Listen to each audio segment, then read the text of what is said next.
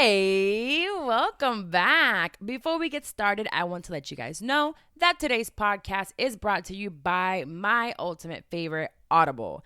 Get a free audiobook download and a 30-day free trial at audibletrial.com/shit I'm30. I tell you guys this all the time. There's over 180,000 titles to choose from, and you can listen to it and download on your iPhone, Android, Kindle, or even your computer at work.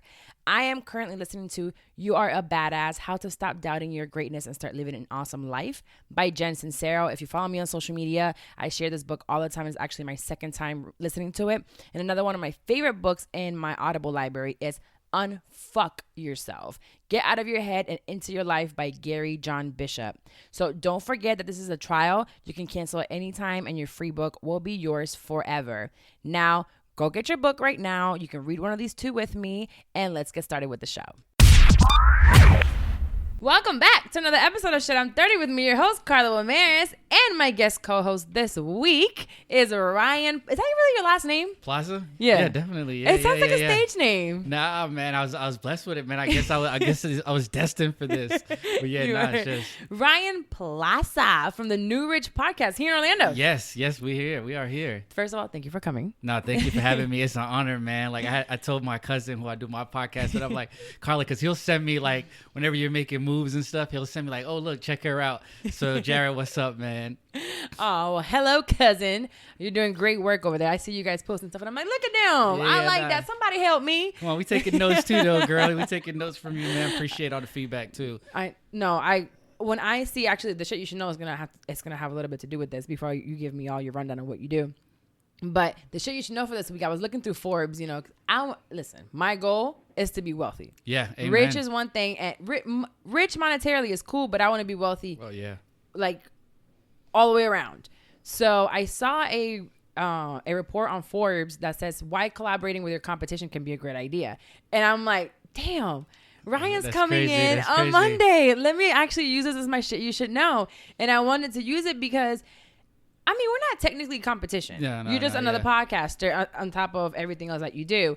But I feel like sometimes within this space, especially like now with influencers or whatever you're in a space, everything's like, oh, we're a competition. I don't really want to fuck with you. I don't want to tell you my secrets. I tell everybody my secrets. You know what I'm saying? No, like, definitely. Hey, you're doing something. Let me help you with what's going on. So basically on this report, it's basically there's a new buzzword called co-opetition. So it's like competition, but cooperation is like together, and it signifies collaboration among business competitors. And it's an idea that's picking up steam right now. There was a study by the Multidisciplinary Digital Publishing Institute, and they find the benefits are likely to outweigh any disadvantages of two people working together. Now, right now, Amazon's e-commerce party selling platform has a business model that has the co-opetition efficacy. So basically, other businesses put their things on Amazon as a third party. Gotcha. So now Amazon right now, it's like 58% of their business, of their sales are coming from that. And basically they keep a small amount, but it's so much, and they're giving their platform to small and medium businesses to sell their stuff. So they don't have to come up with more inventory or more products. It's like, just sell your shit on mine. Yeah. Give me a little bit. Like, I'm offering you worldwide access and we can both make money off of it. And then I don't know if you knew another two companies. Did you know that Samsung and Apple work together?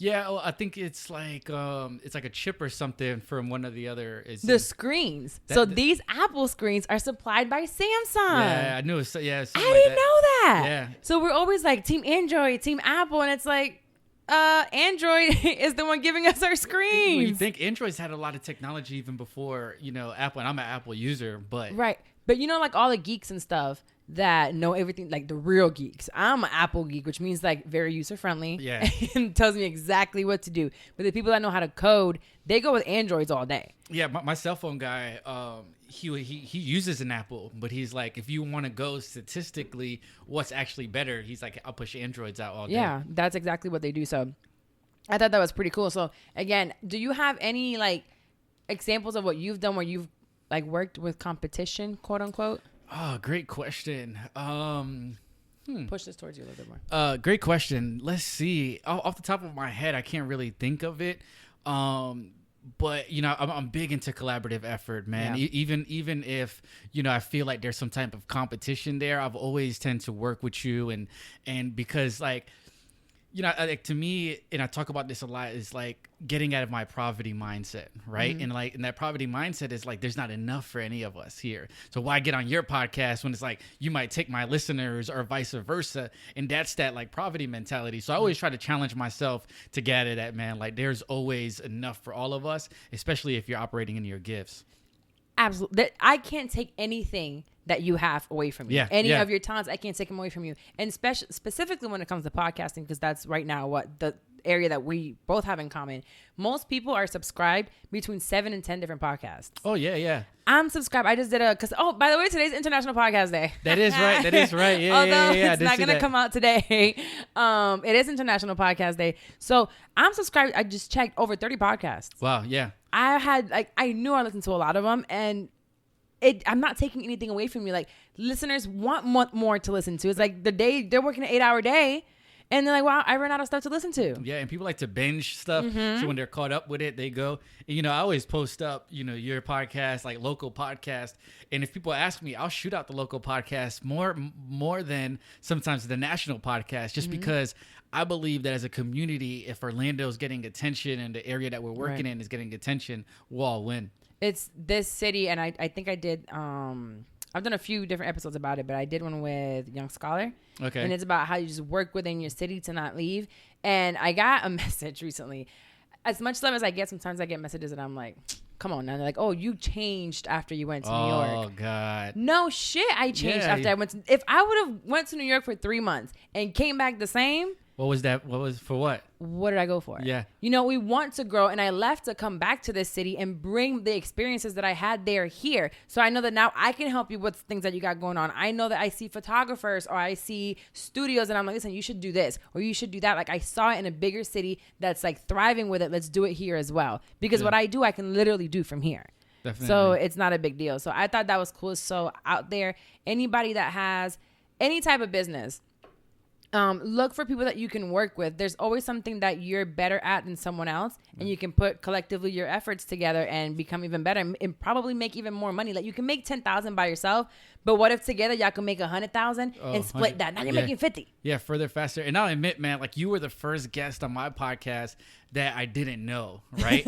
Like, I just kind of shout out, and it was funny because you're also the first person that I would, like, in my mind, that if you told me no, I would have accepted it and not felt the way, right? Why? You did to me. Like, I can't believe you said, I'm like, I don't think I say no to anyone. Because I've asked certain people that I feel like maybe didn't have the credentials that you had. Right. And I've asked them and they'll told me no. And then when I asked you, it's like, oh yeah, cool, let's get it done. Let's make it happen. And we had one of my best episodes. And I think if I go back on our numbers, our show is probably one of the highest viewed shows too. So shout out to your fan base. I know that had a lot to do with it. They're dope. I did get a lot of messages from them and they love it. And again, that's the NewRich Podcast. So you guys need to go listen to it. So I brought you on because I wanted to talk about a little bit like the pursuit of success. Every time I see you, bro, you're doing something. Appreciate and it's not just the podcast. It's like you literally have your foot into anything. And I know a guy, and I call him an LLC whore.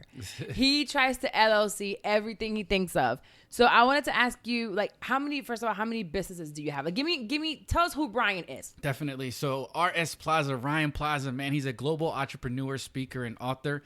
That's what I like to like kind of brand myself by. And what am I involved with? We have the podcast, of course. Right. We just launched a live event, which is Leadership Talks. We do that on the second month of every Thursday. And it's amazing. I went and took my daughter. Yeah, and she was all locked in, and that was super dope. I appreciate that. So we have the live event, we have the podcast. I'm in healthcare, so that's like the bread and butter 9 to 5. I'm a strategic partner in a healthcare company, so helping with their marketing and building relationships. I have 20% of a valet business.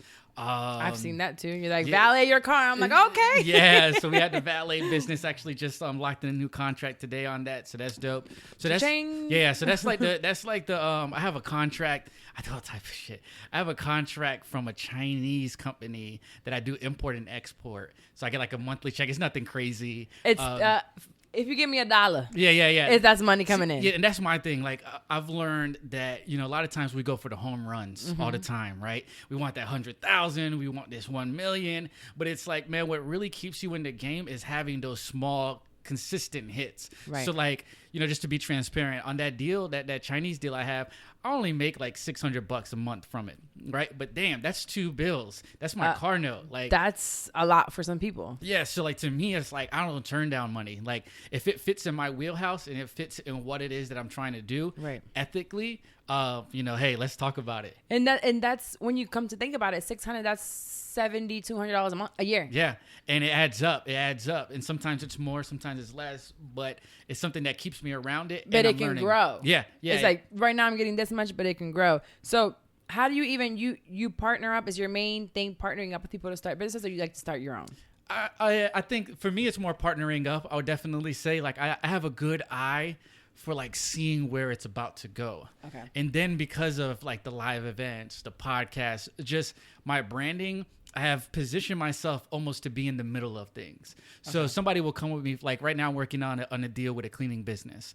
So if they're coming to me for advice, that's most of the time where it starts. Like, hey, gotcha, I want to run something by you, or hey, I have advice. And you're like, I want in. Yes. So like now it's like I'm seeing businesses. I understand. I've been doing this for like 10 years now. Had a multi-million-dollar mentor where he kind of did the same thing. So I would always learn from him. So now seeing that, it's like, all right, certain times I learned to, hold on, let me put my hand in this. Right, as you should. Involved. You have a very similar story with your mentor that I did when I ran over to Atlanta to go meet the person that I wanted to mentor me, that I wanted to be around and I wanted like to learn from. I want you to share that story because everybody thought I was crazy and still talk to me like, oh my God, that story when you went to Atlanta and you went to go meet Charlamagne, blah, blah, blah. But I'm like, I'm not the only one. Oh, definitely. Don't think that I'm the only one. So I wanted to bring you on here also to tell that story, to show you that people really do this, and it can work as long as you're persistent. So, was it the guy that you had at the leadership talk, right? Yeah. So, I have several mentors, and I was telling about this the other day. Like, I feel like every transition in my life has been almost correlated to the mentor at the moment. So I like to start by that. It's like sometimes don't get caught in like that one mentorship role. It's like there's different people for different seasons and reasons in your life as you're going. That includes niggas, ladies. Yeah, exactly. Sometimes you got it. Sometimes you just got to kick it to the side and go on to the next vibe. But this particular mentor, shout out to Dio Pori, he actually was through Leadership Talks originally. That's crazy that is like that. His business partner at the time came to my event. And at this time, I didn't have enough clout. So I would literally, wherever you would let me do Leadership Talks, I would do it. So like bars. I did it at Bullet Bar before. I know the owner of Bullet Bar did it there. Like wherever you would do. And I remember this, it was like the Peacock Lounge on Mills. They don't even have it there no more. And his business partner came to the platform and seen it and was like, hey, you need to put my business partner on it. Like, you need to connect with him. He would be great for this. It ended up being that we did it inside their office, which was downtown. It's above the TD building. When they rich. Oh, they had a nice build. They had a nice office. Like, it was dope. And when I met him, I was like, wow. Like, I knew that I was already looking for, like, my mentor previously had got me into, like, Orlando. Right. And, like, I was just starting to make a name in Orlando and kind of do my Where'd thing. you come from? Like, Brevard County. Oh. So it wasn't that far. Be quiet. Come on, man. man. I'm thinking you're going to say, like, I came from Canada. I came from overseas. Nah, but I was down the road. But I didn't know anybody in Orlando. Right. Like, literally, my cousin was the only person I knew in Orlando. He was going to Full Sail at the time. Okay. So I came out here. I met Dio. He ended up, like, I met him like one day before the event. He spoke. When I heard him speak, and it's crazy to even think about it. We probably had like 15 people in the room. Like it wasn't even It made much. An impact though. Oh yeah, it wasn't even much people. But when I met Dio, I was like, yo, this guy has to be my mentor. Like, and it's funny because I'm Hispanic. I thought he was black at the time. He ends up being Hispanic. Oh, I thought he was black too. No, he's Hispanic. He's Dominican. Oh, yeah. Okay, he's black. Yeah, black. Yeah. He just came off the boat, stopped early. But when I met him, I was like, yo, this brother got to be my mentor. And I literally chased him down for a year and a half. What was the chasing? Dude, I would call this guy. Say what? Like legit, like, hey, I want you to mentor me. I want to sit down with you. I want to grab coffee. Like, I got the strategy. Like, I'm like, the time I was doing okay, like making a little money. So I'm like, hey, I'll buy you lunch, like whatever I could do. And we would play phone tag literally for a year and a half. He fronted on me a lot. I'm not even gonna lie. Like, he'd be like, yeah. Never heard from him. One time he called me and like I was in DC. Like, it was just a whole bunch of rare moments. And it wasn't until like literally a year and a half later that somehow we got on a call about something, and at that time I took a leap of faith and went like 100% entrepreneur.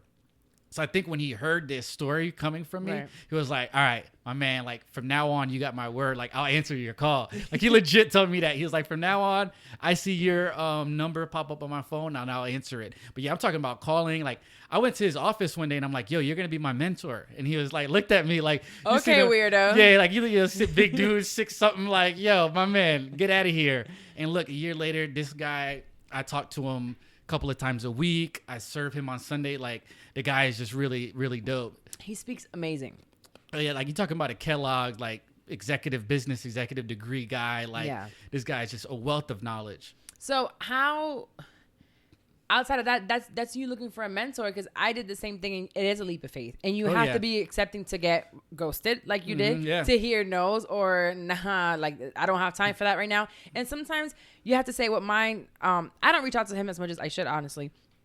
Or some other people, they're busy. Oh yeah, people in the street or people that have money. That's what you have to understand. Their time is currency. Yeah, like some of us be out here, and I'll even say myself, I'll catch myself chilling on a weekend, and I'm like, I shouldn't be sitting here watching Netflix. Like they don't have time to watch Netflix or be hanging out for Sunday Fun Day. I don't know if I'm gonna give up. I might give up a couple Sunday Fun days. Yeah. I do I don't do 2, and then I do 1. And then like even yesterday I went out. I'm like, when I like 3:30, I was home at like 9. I had to escape. But yeah, man, in moderation. My thing is that I come home at 9 fucked up. So that's what I gotta work on. I gotta work on going out for Sunday Fun and coming back home sober. Right. That part never fucking happens. But how do you network outside? Now you have your mentor for this season at least. Yeah. The one that you need. How do you network? Because for me, podcasting wise, I've told everybody how I network. I go on different shows. I go to different events. I literally introduce myself. Hey, it's me. It's Carla. I have a podcast. Like, this is who I am. I would love for you to listen to it or just speak to them. People like to talk about themselves. 100%. They love to talk about themselves. So if you ask them a question about them, they start speaking. And then you're like, oh, yeah, me too. They're like, oh, we have something in common. How do you network to get your name out there? Because you literally know so many people here in the city that now I know you're not even from. Yeah. No, I appreciate that. To me, it's like it's taking it a step back. And shout out to my first mentor, Mr. G. This was sounds like a drug dealer, right? Yeah, now Mr. G, this dude is the dopest white guy ever. He pimps out bitches or something. Like Mr. G got the hose. Yeah, Mr. G got it all. Nah, man, Mr. G changed my life. And I met him at a high school, like I was in the streets hustling, like, and he knew all of this about me. Oh, you was hustling? Oh yeah, like Ryan hustled. Man, that's the old me. I'll show you some pictures and stuff. And like, it's funny because every so often, like in my comments or something, you'll see people like, "Whoa, bro, you changed. Like, this is crazy." You should. Yeah, exactly. So the elevation was real, but I also had to separate myself. Like that's why I came out here, because I was hot, like in the city, like I couldn't. You keep playing in shit, you gonna stay in shit. Yeah, exactly. Like I was on the track, man. Like I'm talking about, and people could attest to this. Like cops leaving the house, everybody's getting pulled over. Like it was just getting to a point where we had to go and we had to separate. But how do I network? One, the podcast now makes it very easy. I agree with what you said. All right, take it to Mr. G. He helped me understand people. Okay. Like he would always tell me, he's like, understand psychology. He was like, son, we're in business, but for every business book that you pick up a psychology book so you can understand what makes people tick. So like even with me pursuing the mentor, I knew in his, like I had to put myself in his shoes. Right. So when he would front on me, when he would ghost on me, I'm like, my man got money. I would probably do the same thing to little man too. So it didn't like stop me from pursuing it. Right. So I understood people. That's one thing. So like even with the podcast, like I understand that thing, and it's that people like to talk about themselves. Right. So now I present the platform. I say, hey, listen, and I'll give you an episode. Like our quality is good, our content is good, thank God, and I'll show it to them. But now it's like also too, like even me like I'm very strategic. So even like yesterday going out, I'm with H, right? Mm-hmm. And H is another person that knows everybody and their mom. Literally. So now when we're together, it's like, it's not like I'm his little man. It's like two bosses going out, and then it's like understanding each other and understanding that like, all right, this is what you're pushing. This is what I'm pushing. So like now it's like, you have to learn to get outside your comfort zone. I'll go up to people. I'll talk to people. Hey, and it's scary. And like, I think about it, like I'm super outgoing and I'm shy. So I can just imagine like the other people, but it's also too, it's like, I'll set a goal before leaving the house. So even Sunday Fun Day, I'm like, all right, I'm going to this thing, but H strategically invited me to this particular thing. All right, well, how could I build there? Who's there that I want to meet? Exactly. So like I won't go out if it's like not something that I want to do. Yeah, there's times where it's like I just want to hang out, release, just chill. But a lot of the times I'm strategic about it. There was something. Did you watch Hustlers? Not the movie. No. Right. So one of the girls was at the bar and she was about to pay for a drink and she's like, "What are you doing? Are you an investor here or something? Why are you giving money to the bar? Like, why are you buying at the bar? Like, have somebody pay for you or keep it moving." And like, you don't buy anything. And that put into perspective. I mean, I'll buy drinks. Yeah. Okay, maybe not. But you're a girl, man. Girls got it good. But no, I worked downtown for so many years. Thank God now when I went out the other day, it's like there's not as many people as I knew, but I still know bartenders. So I'm just like, hey. And they're like, give me 3 drinks for one. And then I just tip them extra, whatever. But when I go somewhere, it's like, am I going to meet somebody there? It's what is this going to do for me? And if it's not going to do anything for me, most of the time I'll stay my ass home. Because once I leave, that means I'm going to come back home with what? Quote unquote good time, a hangover, and $100 less. Yep. So what did I gain? Absolutely nothing. Or I can stay home and work on some outlines or pitch myself to some companies for ads. There's things that I can be doing at home to better myself. And to me, it's like you need to better yourself every day somehow, some way. And I talk about this all the time. It doesn't matter whether it's going to the gym, whether it's sending out an email you haven't sent out, whether it's cleaning something in the house. Excuse me. Do it. Just do something to better yourself every single day. And I feel like you do that all the time. Oh yeah. And it's funny, like quick story on that. You know, so like I have a rule, right? Like when if it includes a microphone, I have to say yes, right? So for example, last Sunday, H invited me out again too, and he's like, "Hey, we're going to this mogul dinner. I want you to come out as business people, X, Y, and Z." I should have known better because he's strategic too. He always has a play. Throughout the day before we went there, he kept on telling me, he's like, "Bro, I'm gonna get you on the mic. I'm gonna get you." But I wasn't giving him mind because I'm like, it's not his event. Like, whatever. Next thing you know, Ryan Plaza, we need you on the microphone real quick.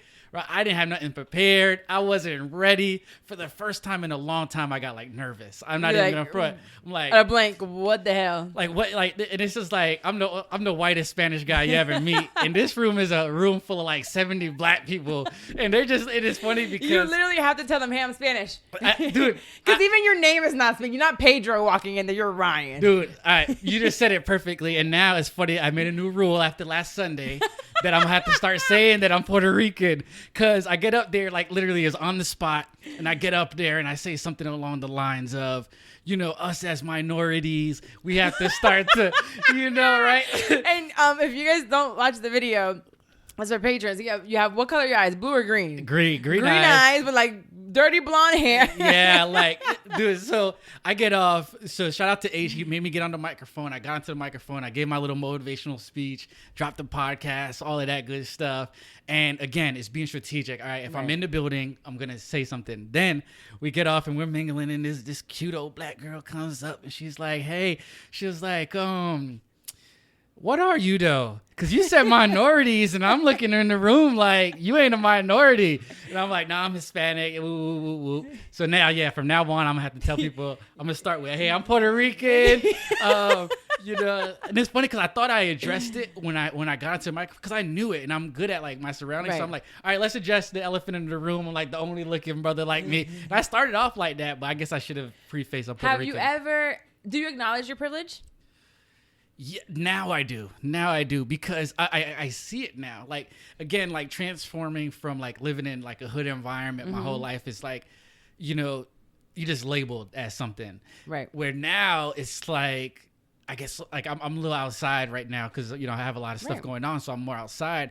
And like, the thing is, I'm never with Spanish people. I'm never with white people most of the time. Like if I'm hanging out, so I'm with like black people, and they'll be like, "Oh, the white boy that you guys are with," and they'll be like, "I don't hang out with white people," like, you know. So now I see it, and it's like, hey, fuck it, like I'm gonna take the white boy card because, you know, there is a unfortunately, there is a privilege. Like walking into the store or walking around, they don't see a Puerto Rican on your forehead. They see a white guy. Yeah. So it's like, in so many times, like I'm Puerto Rican. Like I speak Spanish. I go to the island all the time.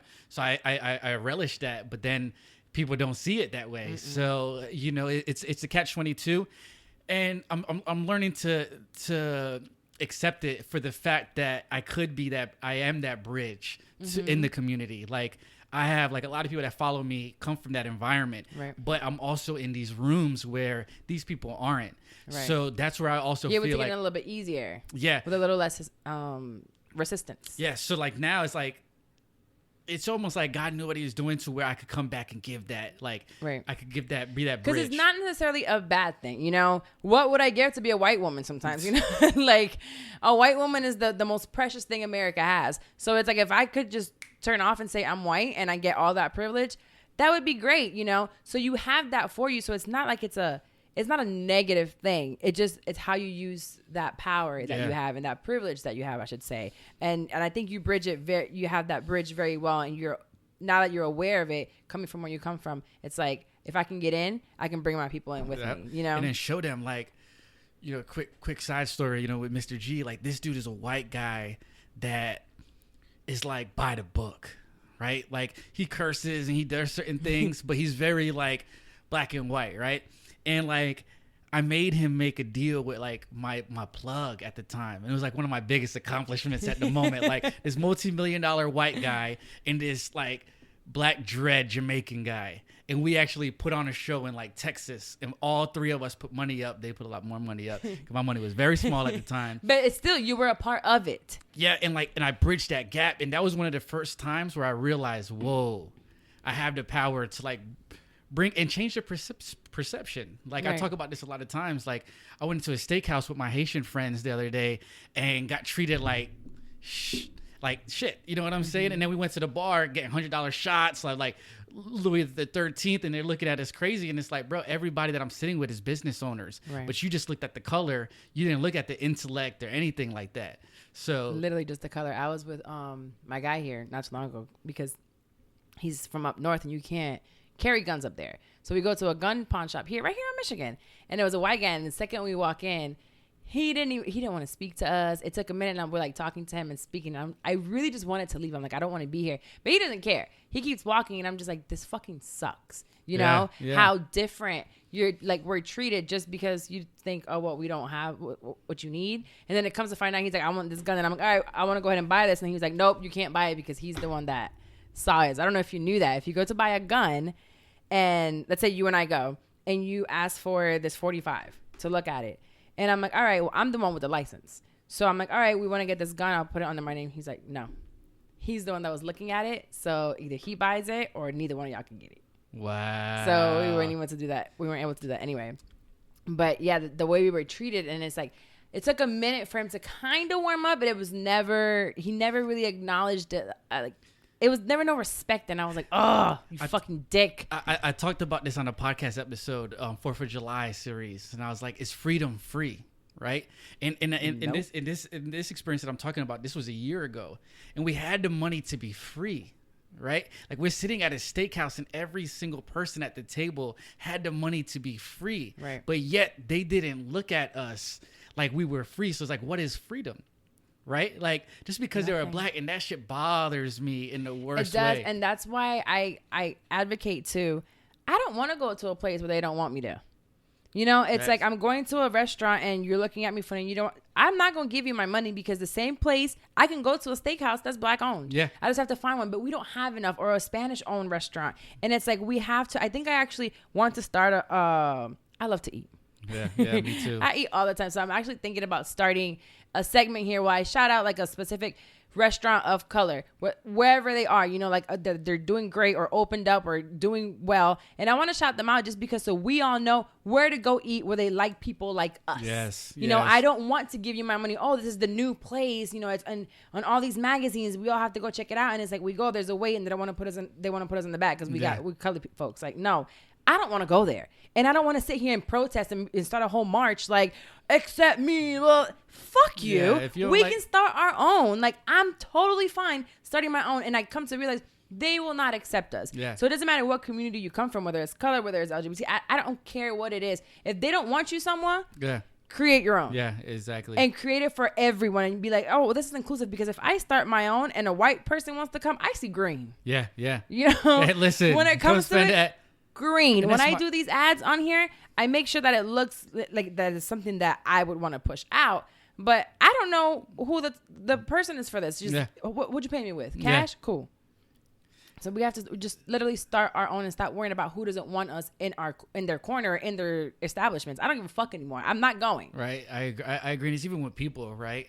Like I know you've definitely gotten to this place, but I've gotten to a place with people that's like, we're all different. Very. And if you don't want to accept me for who I am, that's cool. Bye. I'm not everybody's cup of tea. I'm not everybody's cup of Hennessy. Right. You know what I'm saying? So it's like, like I've gotten to that place where it's just like. And it's going to keep happening, and you're going to see it more and more the more you're putting yourself out there.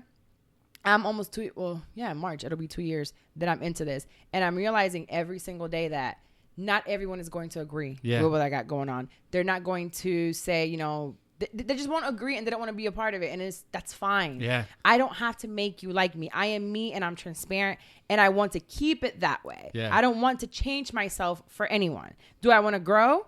Absolutely. And I will keep growing because if you've been listening to me, anyone that's been listening from the beginning to now, they'll tell me, we've seen your growth. Oh, yeah. We've seen your change of mindset. But one thing that stays consistent is me being true to myself and what I believe in. That's why people adapt to your brand. Right. So it's like, I'm true to me. Yeah. But I'm going to grow through it. And if you don't like it and you don't like where I'm going, or you liked who I was 6 months ago and you don't like who I am now, too fucking bad. Yeah. Like, stay back there 6 months ago. Yeah. I don't need you around me. Period. So before we go on to the next episode, the next segment, which is our unsolicited advice, it actually has a little bit to do with business. I want to remind you guys to go over to iTunes if you have an iPod, iPad, iTunes on your computer. And I love to read reviews. So rating and reviewing for the podcast is so important to us. It does not monetize me per se. It doesn't bring me my rankings up. What it does do is that it helps me, you know, kind of say, hey, when people are looking for a show, like, let me look at these reviews. Let me look at these ratings. Oh, I do want to listen to this podcast. You know, tell everyone what you like about my show. So I want you to go in and rate it. Give me 5 stars and tell me what you think. Today's review is going to come from RevJFM2. And it was on the 28th. How long ago was that? 2 days ago? It says, love this podcast. Carla's always keeping it 100. And she's fine as hell. Hey. Say it again for the people in the back. He says, LOL, keep it up. Well, thank you for that. You know, I'm trying to get in the gym, trying to get fine for y'all. You know what I'm saying? That Stairmaster. You've been working that Stairmaster, girl. I see you. I am so sore from that bitch. You take 2 weeks off and it's over. I feel like my 600-pound life. It fucking sucks. I was in there breathing mouth. I gotta try that Stairmaster, man. It's the fucking do it. Go check in on it and let me know how it goes. You don't have to reach the 100 floors. You have to build yourself up to the 100 floors. I mean, but you do the bike. Yeah, I'm into the spin. Yeah, so your legs are strong, but that Stairmaster's no joke. It is. Everybody that talks about it is just it's the best cardio you can do. It works like literally everything. So try it. But anyways, Rev, thank you so much for leaving that. And then the next time I could probably read your review because I really like go on here and try to look at these different reviews. So now to unsolicited advice, if I can find it on here now. Okay, here we go. So this is like a family drama kind of letter. Let's see how it goes. So it's So what people ask you for, they'll send it. So with unsolicited, we have solicited and unsolicited. There's times that people really want one from me, and then there's other times that I give people advice that really they didn't ask me for. But you know, there's that part when I was like just too opinionated. I like to give my opinion regardless. That's funny. So on this one, it's a family drama. So basically it says, my cousin is 16 years older than her half brother. So this is the cousin talking. The sister and the brother, they're 16 years apart. She raised him like her own son after his father died because their mother, which is her aunt, never looked after her kids. This month, the half brother received an inheritance that was held in trust until his 18th birthday. He got $500,000 and put most of it into investments, but he kept $50,000 as spending money. Now he lives alone. He has generously let his older half-sister borrow $300 so far for her groceries, but my cousin struggled financially all her life due to looking after him, overcoming abuse, developing bad credit from debt, etc. So $300 is like a life and death to her. My cousin loves her half-brother unconditionally and would never dream of asking him for financial gifts, but she is a little hurt that he expects her to pay him back every dime of the $300. And she had to humble herself and ask him for the grocery money in the first place. He also promised to pay another older sister for $7,000 she spent helping him get into college, but so far he has not paid her yet. I want your opinion on whether or not I'm in the wrong for feeling a way about how my cousin is being treated, for lack of a better word, my half cousin. When I read this, I'm like, money and family sucks. Sucks balls. Money because and people. Money, period. So the love of money sucks. I know I'm dealing with like the money and family issue, and it's one of those things that I've decided to walk away from. But it can hurt you. It sucks. So I'll let you say, like, what do you think about this first? Woo, that's deep. That's deep. There's like he got $500,000 to only get 50. I mean, I guess that's good. Yeah. Now he was smart. First of all, at 18. Yeah. First of all, he was smart at 18 years old. I'll give him that. I would have bought me a Ferrari. Yeah. I would have wilded out a little bit. I would have definitely bought a car, maybe even a NewRich chain or something. I would have probably went to Lou and got a NewRich chain. Man. So okay. First, I want to say there's 3 sides to every story. Right. So there might be some facts that I'm not missing, but just on what I have, like a lawyer, just on the information that I'm provided, I don't know, man. Loyalty to me is super important. Right. And to me, I will never block, my blessings due to money. Like, that's just one of my big things. Like, never let that get in between of where you're going. And I think that's what happens with a lot of people is they see, okay, I got it. It's cool in the bank, but they don't remember everything that's going on. I had a cousin did 10 years while he's in jail, gave me a car. It didn't work. I had to put like $3,000 into it, to make it work. But when he got out of jail, I was one of the first people there. Made sure that he had money to get his car and stuff situated. Made sure that he was right. Because I believe that, there's certain things that you could do that could block you from your future blessings. For sure. So is it right for her to feel away? Yeah. Like, especially if like her sister did pour a lot of energy into it. To me, it's loyalty. Never bite the hand that feeds you. And it's all going to come back. Like the man upstairs knows. It can definitely come back. What I saw from this was she's 16 years older, so I get it. She's an older woman probably now. So if he's 18 plus 16, whatever the fuck that is, 28 plus 6, good at math, 34. So 34 years old. About 34 years old. She went, I don't know what the abusive relationship has to do with the kid. Like, that was a little extra. I think you just feel sorry for her because she probably got her ass beat. If $300 was life and death for her, she is in a financial bind in her 30s. She took him in because she wanted to. Yeah. She didn't have to. And it was a great thing that she did because if not, he probably would have spent time in the system, which we don't want anybody of color spending time in the system. Like, it sucks to become a whole nother number. He doesn't have to give her shit. Should he? Yes. Yeah. And I just had this, it was an argument. It was like a heated discussion with somebody last night, I think. Because he was talking about, like, what a mother should do after a child when they're in college or whatever. And I'm like, we don't have to do shit. Yeah, definitely. Will I help my daughter? Absolutely. I feel like morally you shouldn't. It's probably the right thing to do to help your kid, but you don't have to do a damn thing. For sure. You grown now. You're out there sucking and fucking. Yeah. Like, sometimes you enable kids too. Like, I have a cousin that, we live 2 different worlds, and sometimes I feel like it enabled them. You know, where I didn't get that handout. I never, so for me, it created that ambition in me. Right. And it does. It's okay for you to feel some type of way, but if you feel some type of way so hard, why didn't you give your cousin that $300 for groceries? Yeah. I feel like you're looking from the outside in, but are you helping? You didn't say that part in here. Like, I've helped her. Why aren't you helping her? Yeah. If you feel so fucking butthurt about what's going on here. That's why I said there's 3 sides of the story too, right? Like, I don't know what their relationship was. Like, yeah, I can have you living for me, but if I treated you X, Y, and Z way, or there's some animosity, we don't know that. We don't know what happened with this. If it was an inheritance, why didn't she? They're related somehow, so why didn't she get any of this money? Is she a crackhead? Yeah. I don't really know what's going on, but the brother doesn't have to do shit. He should. She did take care of him and kept him outside of the system, but we don't know what's going on. So feel some type of way. I guess you guys can maybe speak to him and see where he's coming from. Find out why he's so rooted into not helping like he is. Like, I don't even think he's not. It doesn't seem like he's looking to even help himself much cash wise. Yeah. He put it into investments, So he's thinking about growing himself. And I think it's a 34-year-old woman. She should probably find a way to grow herself as well. Now he's 18. Like, for me, I didn't start pursuing what I'm doing until when I point this, every time I go like this because she's over there. When Ayana got a little bit older, so I was working in accounting and doing everything that I was doing. I think when I went on your show, I was still working because I went. Had I already quit my job? So. Yeah. Oh, yeah, maybe.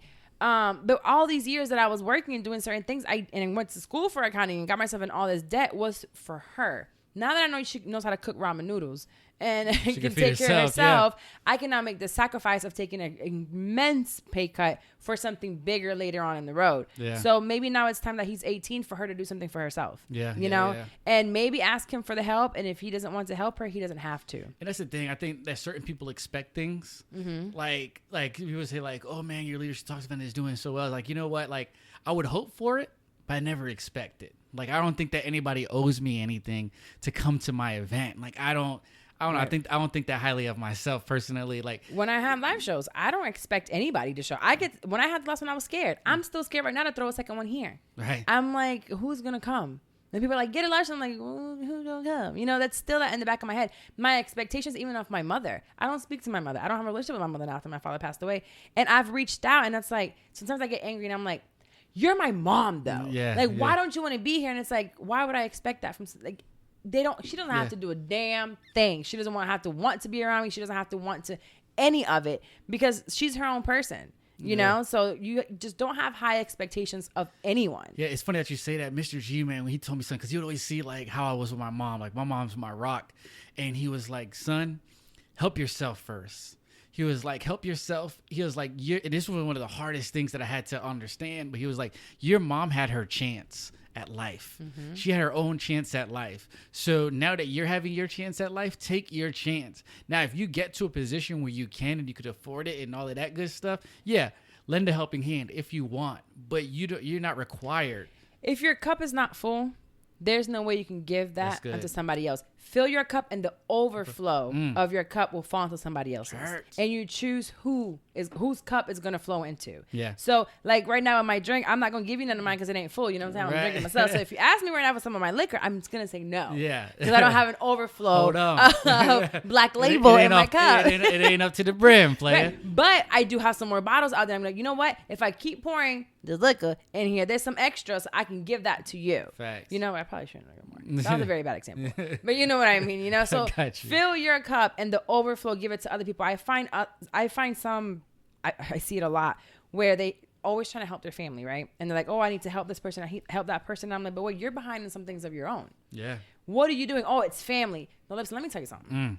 Family can fuck you up. Talk about it. Can really fuck you up. So it's like, think about it. Help yourself first. And that's not only money-wise. Yeah. It's like spiritually. It's emotionally. Like, I cannot give my daughter the love that I need to give her if I'm giving someone else my energy and they're giving me back negative. Now I'm coming back with negative energy, and that's what I'm pouring into my daughter. So it's like sometimes you got to cut certain things out, whether it's monetarily or emotionally. Cut them out the way, or like cut them off. That way you can give the best and like fill yourself up.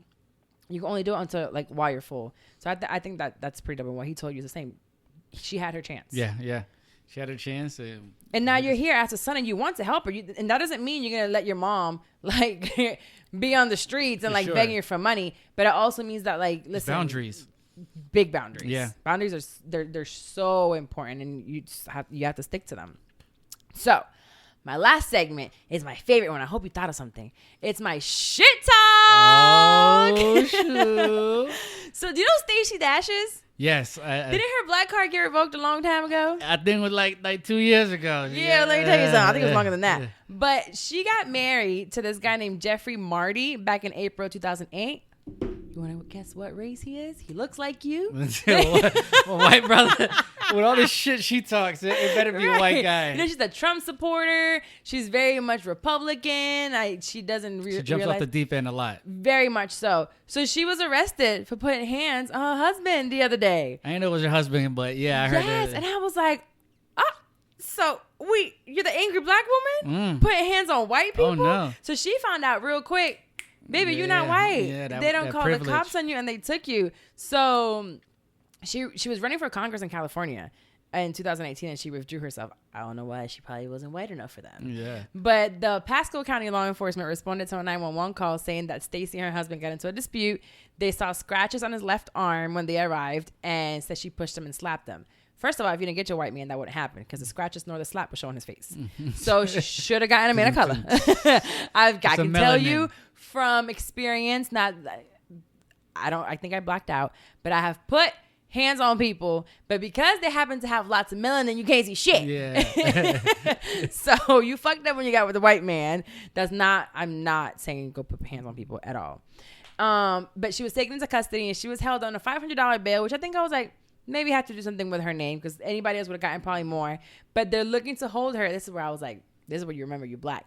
They held her for 24 hours for a cool off from the spot. So they're literally keeping her for 24 hours. Okay. So my thing with her was like, I don't like her and I've talked shit about her a few times, but don't ever think that you're above anybody. So for her, it's like, I'm glad that you were able to be brought back down to reality. Like, you're not above anything. Like, Trump is above it for now. Yeah. I don't know for how much longer, but you being a Trump supporter, you're out here being Republican, you getting a white husband, you're doing all these things, didn't put you above the law. Yeah. And you're still now being framed in front of all these people as the angry black woman. Yeah. Like, yeah. period. Same thing you went against. Right. Now you shun down like the angry quote unquote black woman, and now you are that because you put your hands on him. So my shit talk was to her. I was like, she's just, ugh. I hope they keep it longer than 24 hours. It is funny because I always say black Twitter. I'm not on Twitter, but black Instagram went in today. Did it? Yeah. Some of the comments were the best. I'm gonna see if I can let me see. Yeah, they were definitely because that's how I do it. But I don't have cable or nothing, so I don't watch news. I try to stay away from that. But I'm an IG junkie, and they were definitely talking about her today. It's funny because she was in a few rap songs and everything. Now that I think of it. Well, they were talking about her. Yeah, talking trash and shit. They were like, we don't know you anymore, so we're not gonna like. We gave up your card. You're not black. She's a white woman now. We don't know about this. Like, keep it moving. And I was like, it's above us. It's above us now. It's above us. They're talking about that's her black side going upside Shawty's head. Like, it came out quick. Yeah. So the comments were funny. They were like, call Trump, see if he'll get you out. Trump does not know who you are now, Stacey. But what I'm curious about is, why does all the crazy stuff happen in Florida? Was that in Florida? It was in Florida. Pasco County's in Florida? It was in Florida. There's something in the water. Hey, listen, I don't know what it is. Wherever it was in Florida somewhere. So I just went to Trevor Noah's thing here at the Amway. Oh, it was so good. I love him. You said something that I wanted to ask you about on one of your thing. What? It was like it was something you put like, I'll never look at something the same. Pilots. That's what it was. So he had this skit where he's talking about when pilots come and get on the mic, and he's like, if you ever pay attention to the way they talk, and they're like, hello, this is your captain. Today we have a flight of 2 hours and 40 minutes. And he's like, if you think about it, it sounds like they're getting head every single time. I was wondering, like, damn, I gotta ask her. And he kept going the whole time, and the joke was hilarious because he goes on for like 2 minutes talking like a pilot. And I fly a lot, so when you think about the flight, it really does sound like, it's like they're getting it. I'm like, there's a flight attendant sucking these pilots' dicks every time. That's a lucky man. That's a lucky man now. Thank you for getting a JetBlue flight 248. Hold on. That is funny. Now I'm going to be like you. I'm never going to look at the pilot and say. Never. When they come out the bathroom, they're like, my man. Whatever you were doing there. But it's like whenever the captain comes on, you're like, you listen to whatever the captain had to say. But another joke he had, he was saying how everybody, I don't know, Florida's the butt of everybody's joke. But he was saying that white people from Florida are crazy because the sun makes them crazy. He's like, even up north, when the snow comes, it like calms everybody down. We don't have snow and we don't have a cold season. So it's like all the sun keeps us out. That's why we're crazy. 100 degrees. It could be. I don't know what it is. We're in the water because every like nonsense that you hear about. It's all from here. It's like Zimmerman, Casey, like all now the stuff. It's Florida man. Do you hear that? All the news say Florida man, blah, blah, blah. Yeah. It's like, who is Florida man? Who is this nigga? Well, it's funny talking about Charlamagne, man. Charlamagne always like, he from Florida. Oh, they from Florida. Florida or the Bronx. Yeah. He says the craziest people come from Florida or the Bronx. But really, we have an entire state. Bronx is a borough. Yeah. We have the full state. From and it's Miami big as hell. to Jacksonville, man. It is crazy. Everywhere. So has anything happened recently that you want to talk shit about? Did anybody do something to you? Somebody pissed you off? Did you see anything out while you were out on Sunday Fun Day? Some fuck shit? Damn, that's good. That's good. Man, I don't want to talk shit. Yeah, I normally don't. You're such a nice guy. I normally don't engage in shit talk, man. I try to stay away from it. I try to stay out of it. I will say, man, recently, it's like, is like, if we build a rapport and I trust you, let me trust you, man. Like, I think that, you know, I'm very friendly, but I've also like, I'm weird with my trust, and I'm cool with a lot of people, but there's only certain people that really know me. And to me, it's like, man, if somebody gives you like something confident, man, keep it. Like I had an issue recently where, you know, it's something that said in confidence, and you know, it got put out. So I would say that. But other than that, man, honestly, I try to stay away from the shit talk, man. As you should. That's a big one. I'm working on a friendship episode, and it's when you tell someone, I try not to get close to people. Yeah. And it sucks when I've actually like opened up and then something happens and I'm like, fuck, I should have known better. You know, you feel betrayed. And as adults, once I know something about you or you've told me something in confidence, I have no business telling your business. Yeah. It's not my business. You know what I'm saying? Like, I don't have to tell anybody what we went through. I have friends that what I thought were friends that I have fell out with years ago. People that you outgrow. Yeah. I have no reason to tell their business. Yeah. Like, that shit dies with me, because for what? Is that going to elevate me? What is it going to do for me? If I sit here and tell other people, like, you tell me something in confidence right now and I go telling somebody else, all that's going to do is have them not trust me. Yeah. Because I wouldn't trust them. Yeah, that's my thing. Like, when I addressed the situation, you know, I had to address it with, it was a couple. So I addressed it with the husband, and I was just like, look, like, I'm not a vengeful person, because I believe if you carry that energy in your heart, like, that's just a bad energy to walk around with. But I was like, you got to see, like, now if you see me moving different, like, I'm telling you right now, I'm going to move different. And when you see it, don't expect, like, I can't sit down and put you in, like, I'm a Scorpio in that essence, where, like, there's certain Scorpios that are vengeful, which I'm not, but I'm also like, you only got to do it to me one time. Like, if you do it the second time, that's my bad, because I already knew you did it. Right. So to me, it's just like, yeah, man, cut me one time, and it's like, that's it. That sucks for me, because I don't learn from the first time. I can't say that I always do. Don't get me wrong. But I'm one of those, I don't hold grudges, and I let things go very easily. So people try me over and over and over and over again. Then I get to a point where I explode, and I'm like, fuck you. Yeah. And when I say fuck you, it's over. I'm not fucking with you at all. I won't be like, you don't exist. Yeah. Like, you can stand right in front of me and be speaking to me, and I'll look right past you. And that's my thing. I'll put up that wall, man. Like, there's somebody like, bro, I can't forget what you said. Like, you might have said it mad, but you wanted to say that shit. You know what I'm saying? I know I say some fucked up shit when I'm mad. No, I really mean it. Because I say it on purpose just for and there is people like that. And again, if you know the person, you know the person. But I feel like there's a bit of truth. Yeah. When you're flying off the deep end, there's a bit of truth there. And I can't pass that. I think it depends, because I mean, I've gotten in a fight with my dudes, and I'm like, oh, you little dick nigga. Yeah. Like, okay, I was about to say the only time I excuse that if it was like a girlfriend or something like that. You know what I'm saying? Some bullshit. So I've dated another Scorpio, and she would say some wild stuff, but you always know the character. I knew her character. I knew what she was trying to.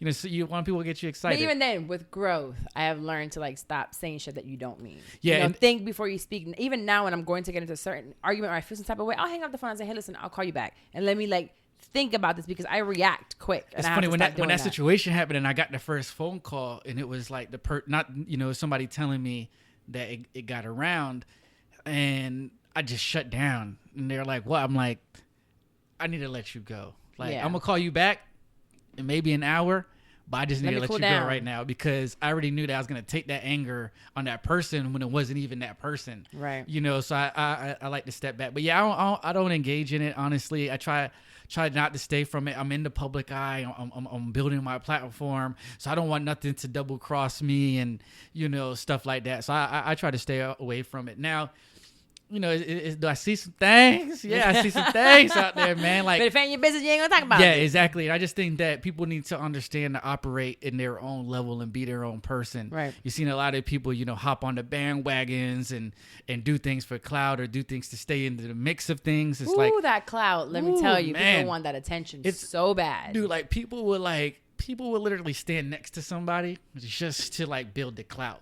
Like, it's funny, like, even me with H, I think H realized that, like, I went to the event yesterday. He came up to me when I first walked in and kind of made a deal. And after that, I intentionally went to a corner by myself, posted up, had my drink, relaxed, instead of being up under him, because that's not my energy. Like, I want to be man enough to be able to stand alone. Now, if we decide to stand somewhere together, that's just bringing a lot of energy to the atmosphere. But not that I have to stand next to you. It builds more of a genuine bond with you, that person. Like, whenever I go anywhere, like I talk about this with Mandy and I. So when I go to New York, a lot of the places that I'm able to even get into the room has been through Mandy. She has been like a bridge for me. And literally she'll open the door, I'll walk in and I'll work the room. Yeah. You know, it's like moving on, like keep it moving. And she's just like, here's the door, here's the room, get it and do your thing. And people will recognize that and allow you to be there. Like a person, like, she's not going to allow me to continuously be around if when I come around, I'm messing up the energy. Right. You know, like it's 2 consecutive weekends. Or you're weekends. just a leech, like do something for yourself, because even in my situation, there's times she'll open the door, I'll go meet and I'll meet someone and I'm like, hey, Mandy, come on. Like, and it's like, we'll get opportunities off of that. It's like, she knew them. Now I met this one. Let's work, be your own person. Yeah. You know, don't try to leech off for anyone and don't try to go on social media just for clout. Like, these people don't know you. Yeah. Like, they will gas you up one day and they will tear you down the next. Like, you don't need validation I don't need validation from strangers. Yeah. Other people, for their self-esteem, they need validation from other people that they don't know. Yep. So I think that's bullshit. But is the reality of what we live in right now. Social media, especially 2019. Social media, it's an amazing platform for all of us, but it's also very detrimental to others. It's a double-edged sword. It is. So I don't look for validation in it at all. I put out my content, like it or you don't like it. Yeah, certain people can't manage it, man. And like that's one thing I see. Like certain like I'm blessed to be in certain rooms and have like my own energy in certain rooms, but then being in these rooms, you also see the people that probably shouldn't be there and how they're moving in the room. And you see the fakes when you watch. Yeah, and it's like, bro, you're not going to be invited again, my man. Like, just because of your energy. Like, you can just tell. Yeah, it sucks. So, anyways, we're going to wrap up this. Can you let them know where they can find you and when your next leadership talk is as well? Definitely. So, let's start off with leadership talks. We're actually running a straight next 10 days. I'm on a heavy leadership talks run. So, I'm going to post it, I believe, 2 days before your show. So, oh no, is it on Wednesday or Thursday? It's a Thursday. Yeah, so it's going to come out Tuesday. So it's going to be, if you're listening now, 2 days from now. Awesome. So leadership talks, that's going to be, if we're doing it, it's this Thursday, 10/10/19. Be there. We have an amazing speaker. A lot of my speakers that I bring out, they get paid, you know, $5,000, 10, like you talk about Dial, you know, that's a 5-10 grand person that get on the stage. You know, these people are doing this because of my relationship. So I bring community leaders, business guys, strategy guys. This guy has funded over $80 million of business and understands business. So he's going to be there and really going to hit you hard. So that's Leadership Talks. That's downtown. You can find that on Facebook, leadershiptalks.orlando. BeNewRich.com. That's where the site is. You can find everything on there. That's BeNewRich.com. You can find the podcast on every platform that podcasts are on. That's THE NewRichPodcast.com. So the NewRichPodcast.com. And me, I'm go by on Instagram mostly is RS_Plaza. That's RS_Plaza, PLAZA, like a shopping plaza. When I say on the phone, like, oh, Mr. Plaza, yeah, like a shopping plaza. Okay, I get it. So yeah, man, and Carla, again, thank you for allowing me to be here. Again, when I reached out, you know, I just want to let's just diarrhea on Carla real quick. When Carla came onto the podcast, man, we had like 30 minutes before she came on. We got on live air on my podcast, and she gave me so much information and knowledge. And then I would tap in along the way and like ask you questions. And I just admire that because you get it, right? Like you get the win-win. What was that word I used? Co-opetition. And again, we're not competition, but you could say we are because we're two podcast people in the same city. But you never viewed me like that. And that was before we even kind of like, now we've bumped ahead. Right. Like we've been in the community together and stuff. But that was before that. And I always validate and appreciate you for that. So continue your grind. It's cool when I get people like, yo, wasn't Homegirl on your podcast? Or when people ask me advice, I always tell them, hey, listen to your podcast. So yeah, that's where you can find me. But again, thank you for allowing me to be here. There's so much room to grow for us. Especially in this podcasting space. Like there is like so much food out there to eat. I'm talking about steaks and lobster. And you said it, I think you told me this the first time. You were like, you know, the percentage of minorities in this field, like so small. Yeah, the game is wide open. Like, you know, and the thing for is, everybody. And like I had my equipment a year before I launched. In a box, brand new equipment. My cousin, shout out to JB, he went out, bought me all this stuff. I gave him the check. I should have been had it, and I would have been so ahead of the curve. And then even when I went to go launch it, I was like, man, there's so many people with podcasts right now. Nope. I shouldn't do it. And then when I did it and I seen the energy, it reminded me, just operating your gifts. Yeah, there's a lot of people doing things, but if they're not operating in their gifts and they're doing it because they seen somebody like you, they're going to fade away. I tell everyone that wants to do consulting, they're like, oh, but I'm not outgoing or I'm not an extrovert or whatever. This is actually a great space for introverts. Yeah. Look at where we are. Yeah. I'm at home with a camera and there's no one around us. You can have your own microphone. You can do whatever you want on your own. And even with all these podcasts going out, I believe there's like, I think 6 months ago, there was like 16 million YouTube channels, and there were still less than 1 million podcasts out there. Wow. So all these YouTube, we're that. nowhere close to it. Like the average download of podcasts is 162 downloads per episode. If you're over that, you're already over the average of what's going on out there. A lot of podcasts go out and drop and they stop recording. So you can't even look at how many are out there because most of them aren't even active anymore. Because they're operating their gifts. Right. And outside of that, there's so many different ways to monetize a podcast. One, if you have a story to tell it. You have a story to tell, and you have other people's stories that you want to put out there for them to know. So you put that story out. You can have sponsors. You can have affiliate marketing. You can do crowdfunding, which is like getting money from others and like building something outside of it and talking about it on your show. Events, public speaking, which you do. You know, you can go out there and make money off of public speaking because you have a platform such as a podcast. Yep. You know, there's all these things. You can combine all this and boom. Create There's your ecosystem. income, you know? You're creating, like you said, an ecosystem. You're creating a community of people that really rock with you. And if you think about it, you watch all these TV shows, you have radio shows. And I don't know if you saw what I posted today about Steve Jobs back in 2005. That's crazy. 2005, he had an interview where he said that podcast would be the next the new generation of radio. Yeah, I had to stop and look at that like, wow. Yes. I looked at the date. I'm like, 2005? I think I have it. It says, the whole quote was, podcasting is the next generation of radio, and users can now subscribe to more than 3,000. It was only 3,000 back then. 3,000 free podcasts and have each new episode automatically delivered over the internet to their computer or iPod.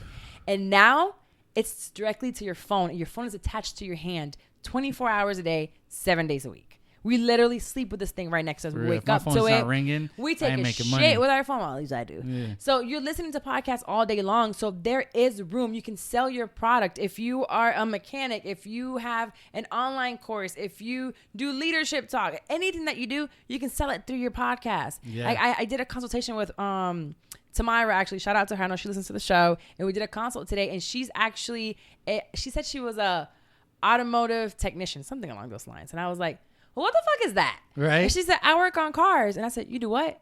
She's like, yeah, I'm a female that works on cars. And I said, so you change oils and shit? She said, yeah, that's what I do. Girl. Yes, all of that. And I'm looking at her like, wow. That's dope. Like you can, like, there's so much you can speak on from that. And there's a niche, there's a community of you women that I don't know where you guys are at. Yeah. Go get together. Again, build your own community. So leading into that one, if you want to start your own podcast, my consultations, I won't be doing them much longer. So I'm almost done.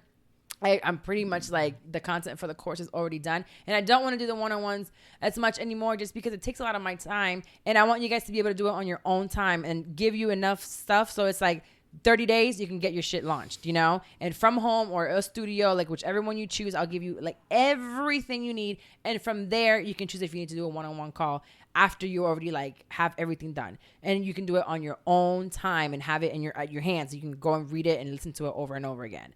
So that will be coming up. But again, that's carlawomaris.com if you want a consultation.